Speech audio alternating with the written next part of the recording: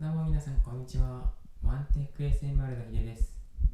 今日はこのバランスボールに乗った時のシーンをお届けしたいと思います。バランスボールは結構得意だとは思うんですけども、その時の心拍の上がり具合とちょっとバランスボールの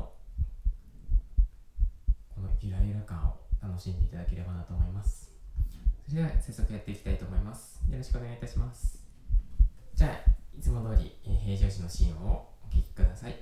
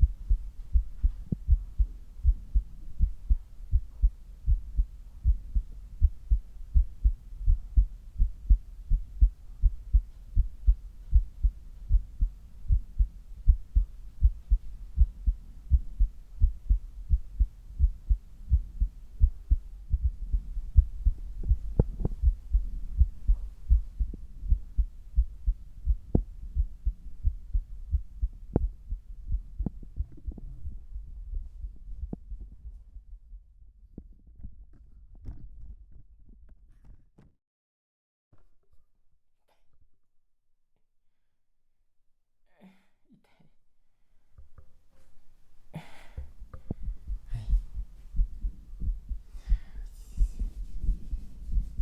い、失礼しました。それではちょっともう少しシーンをお聞きください。